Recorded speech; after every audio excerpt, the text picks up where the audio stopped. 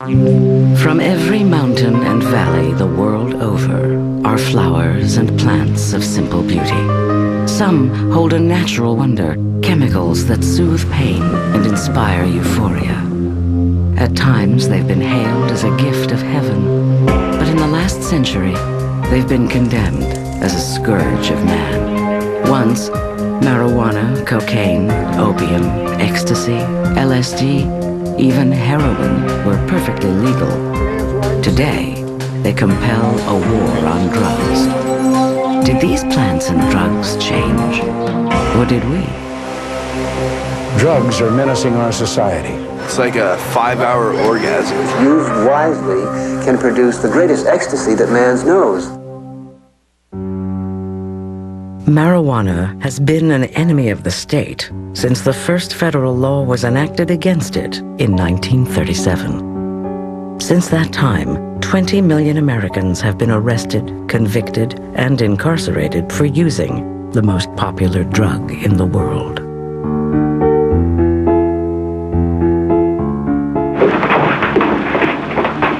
Your Honor, in this case, the state waives trial of the defendant, Ralph Wiley. It is convinced that he is hopelessly and incurably insane, a condition caused by the drug marijuana to which he was addicted.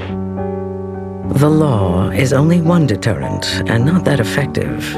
The government relied on something else: education films. This harmless-looking cigarette is cloaked in many innocent disguises. But light the match, inhale the smoke, and it becomes an invitation to your own murder. They had to now control something that was growing all over the United States as a weed. So they relied mostly on words because they didn't have many other resources to devote to it. I think a lot of people have seen Reefer Madness. That's bitter. Dick would like it. I know you like that. Really, you will. And just take a puff. Though marijuana is now a household name, there was a time when it was an obscure drug, used only by the fringes of society. That, some argue, is the reason why it was criminalized. Drugs are illegal because they do cause problems. The ones that are illicit drugs cause health problems, crime-related problems, violence-related problems, but it's also true that none of the drugs currently illegal became illegal before they were most closely associated with what were commonly regarded as deviant groups. One of the girls was telling me about a new cigarette that peps you up. Oh, you mean reefers? Yes, that's the name of them. Would you like to try one? Sure, why not? I'm supposed to be on the loose. Okay.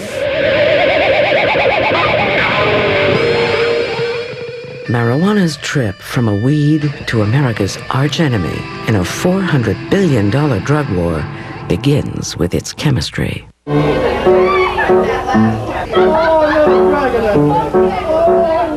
Smoking pot draws the active ingredient delta-9 tetrahydrocannabinol, or THC, into the lungs and onto the brain. There it suppresses the neurons, causing a distortion of perception and time, a lack of coordination, and sometimes uncontrollable hilarity.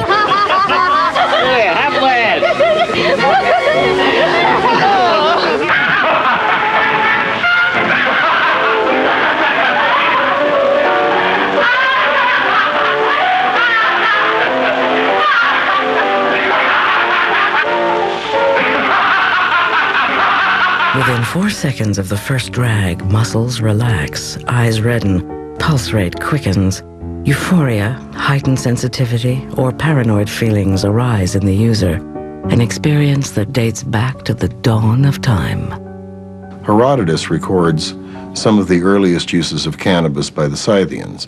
And what they did was they would build a big bonfire in the middle of the camp, and they would heap a bunch of marijuana on top of it, and then they would throw a tent over it, and they would all go under the tent and breathe the smoke. And that way they consumed it. Next to opium, marijuana is one of the planet's oldest medicines. Ancient Chinese herbalists applied it to stomach pain, menstrual cramps, malaria, and consumption. According to Indian mythology, Shiva, the Hindu goddess of creation and destruction, endowed man with the plant for a joyful pastime. An apt legacy for the drug of the generation that preached free love, challenged authority, and was out to change the world. Cannabis grows anywhere but the Arctic Circle. The earliest record of its use begins in ancient China and India. From the east, cannabis migrated to the rest of the world. Arab traders brought it from the Ganges Valley to North Africa and Spain. From Spain, the conquistadors carried it to the Americas. It was a prized source of fiber for rope and canvas, essential ingredients for ships. In fact, the word canvas comes from the Latin cannabis. But it was another conqueror who introduced the plant to Europe. 1804, Napoleon Bonaparte triumphs in Egypt. During the conquest, his army is introduced to an intoxicant unseen in Europe. Unlike in France, where intoxicants are drunk, this one is smoked. The soldiers fancy cannabis over brandy because it doesn't cause hangovers and carry it back to France as a spoil of war. In Paris, it finds favor with the bohemian set, with artists, authors, students, and prostitutes. The poet Baudelaire writes under its spell. One must be forever drunken if you would not feel the horrible burden of time that bruises your shoulders and bends you to the earth. You must be drunken without cease, with wine, with poetry, with what you please.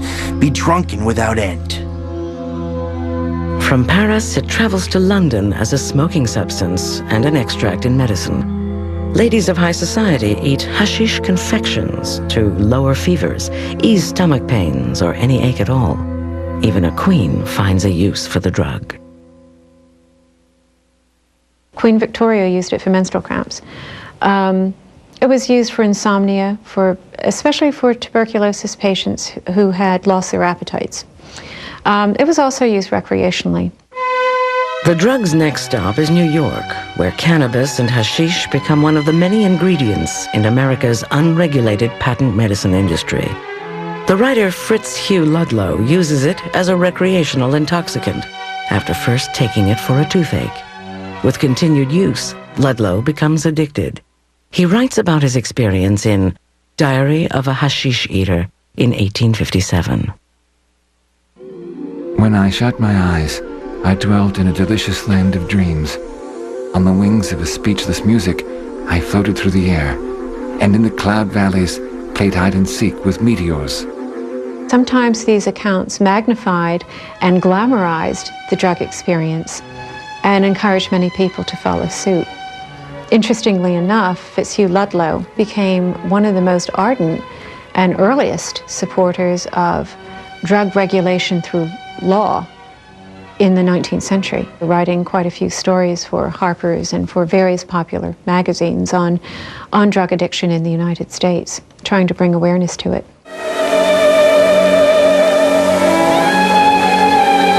Congratulations! Now you'll start living!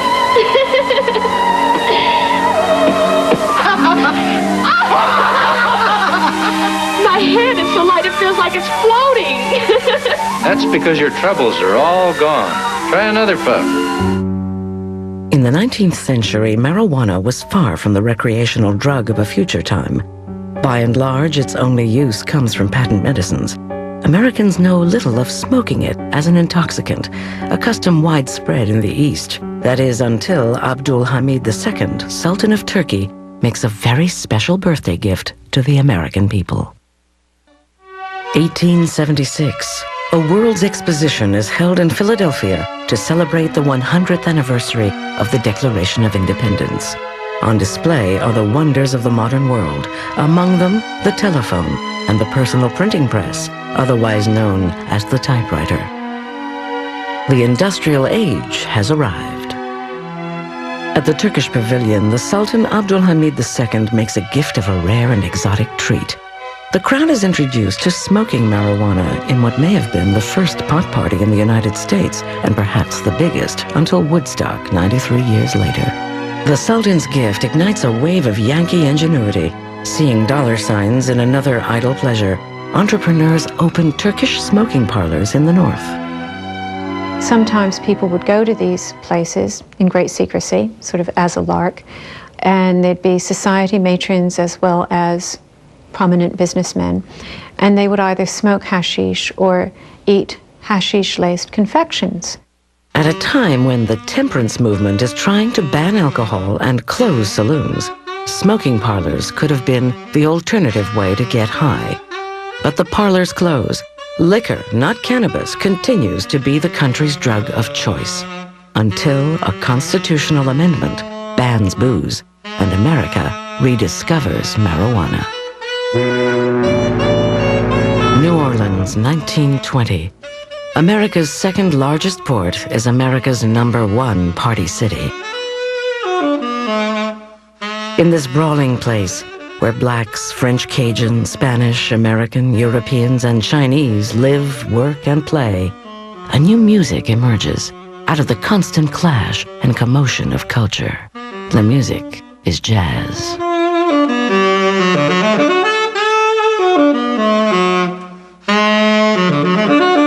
Marijuana and jazz go together like a melody and lyrics. Where jazz goes, reefers follow. But there's another reason for its widespread use. In 1920, it is the only legal drug in town. Even here, where everything the flesh desires can be had, prohibition keeps the flow of liquor out of sight. The choice of a new intoxicant becomes the perfectly legal weed, shipped in from the Caribbean, Mexico, and South America, and sold like cigarettes in jazz clubs, markets, and pharmacies. It is cheap and popular. But even in paradise, there's trouble. New Orleans is in the midst of a crime wave. Murder dominates the headlines and attracts William Randolph Hearst's attention, eager for a sensational story to sell. New Orleans was a sort of a source, the beginning of concern about marijuana. They saw it as linked to crime, violent crime, or even predatory crime. Also, sometimes it seemed to be related to murders, to rape, and so on. Hearst coins the phrase marijuana menace and prints lurid tales about the drug's capacity to cause rape, murder, and mayhem. Just as reports of cocaine-crazed Negroes a decade ago had stirred lawmakers to ban cocaine, headlines and stories of the marijuana menace were affecting cannabis the same way. Society worries about its members who are not in control of their mind. So in order to prevent chaos in society, limit the use of the product or the thing that's inducing those kinds of effects. State lawmakers were quick to ban a drug that they identified with black violence. In 1924, Louisiana joins 14 other states banning the distribution of marijuana for non-medical purposes. And it gets back to the scapegoat. So you can scapegoat different racial groups, you can scapegoat the lower classes, you can use the drug to do the scapegoating for you. You can attack them because they're using the drug. Slowly and surely, it will be banned across the country, state by state, for one reason or another.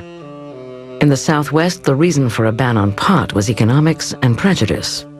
They were worried about all these Mexicans down on the Texas border who were, it was the depths of the Depression. And these Mexicans had been a very useful labor force in the 20s when we needed them, but now as the Depression, you got all these gringos in the breadline. You sure as hell don't need all these Mexicans. So how could we stigmatize them and get rid of this cheap labor force and get them out of here? According to the San Antonio Gazette, quote, "The men who smoke this herb become excited to such an extent that they go through periods of near frenzy and worse. It is always aggressive as the crimes which have been committed in garrisons, armories, barracks, and the humble suburbs of Mexico." In 1931, Mexican repatriation becomes law. Mexicans who don't go quietly are subject to varying forms and degrees of harassment. Many are charged with vagrancy. Others are arrested for violation of new state marijuana laws that are often an excuse to drive Mexicans out of the country. So in Texas, for example, if you got caught with one joint, you could get sent to jail for life. In fact, there were campaigns in some of the states for the death penalty. And there are cases of people serving many years, decades in jails for possession.